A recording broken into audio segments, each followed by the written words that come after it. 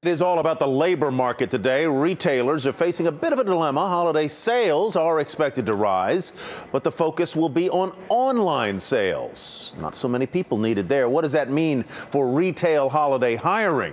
Our Courtney Reagan joins us live from my son's favorite store, Toys R Us, in Times Square. Courtney? Yeah, it's a hard job today, Tyler, but somebody's got to do it. Well, around 500,000 seasonal workers are expected to be hired for the upcoming holiday season. And while 500,000 sounds like a lot, it's roughly the same as what was hired last year. So economists are warning not to look to retail to be the unemployment panacea this year.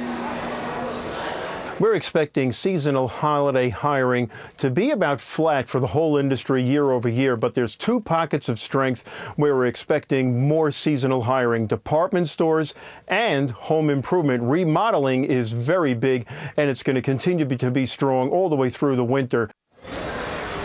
Department store Macy's is upping its holiday hiring by about 4%. However, electronics retailer Best Buy slashing hiring in half compared to last year. The majority of retailers are keeping holiday hiring about the same as 2010, and that includes Toys R Us.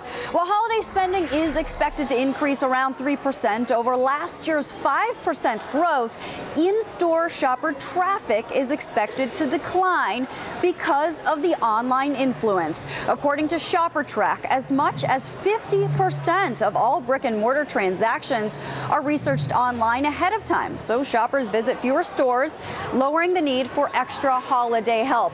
And while, Tyler, it's hard to really discuss what's going to happen long term for the retail picture, some of these retailers do retain their seasonal help. Here at Toys R Us, they kept 10% of those hires for the full year. Back to you. Courtney, thank you very much. So which retailers are best positioned in this economy? Joining us now is Stacey Widlitz, president of SW Retail Advisors. She is a CNBC contributor. Stacey, welcome. I gather that your view is that in retail, there are the haves and the have-nots. Who are the haves this year? Who are the have-nots?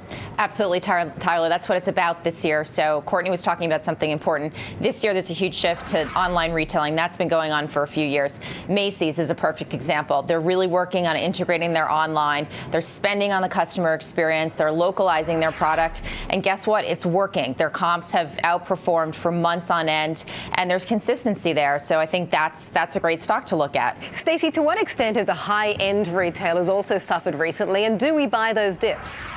Well, it's interesting. In the last week, we've had so much information bombarded at us. And of course, China, if that's coming in, that at this point for a lot of the luxury retailers has been pointed to as the growth savior if the U.S. and Europe slow down here. So there's a lot of volatility there. But take advantage of that volatility. We've heard from a number of CEOs in the high-end space, and business is still strong. So you would buy Tiffany's, you'd look at Lululemon. Absolutely. I mean, on a fourth market day rally, maybe not, but you look for some of this information that's coming at us, and these stocks are very volatile. So take advantage of that. Look at a Tiffany, look at a Lulu. Lulu can't keep product on the shelves. You said that Kohl's surprised you with the upside on its sales because of the launch of J.Lo. I don't really care about it. Do you think J.Lo's ever been in a Kohl's? Well, since they gave her the contract, I'm guessing that motivated her. But I think that, the retailers that are coming up with exclusive product, it's driving traffic. So Kohl's has been disappointing us, but they had a decent September, and they really pointed to that launch. Is there a must-have item this year? A gotta have it? I think... again, we're seeing weak electronics. The TV cycle has really nothing that exciting. But I think it's about apparel and excitement. And, whether it's something at the limited, their numbers are very strong, or that must-have Abercrombie & Fitch product. The ones that are creative will show the sales results. I'm going shopping for Mandy right after this station. Thank you, Ty. Very kind of you.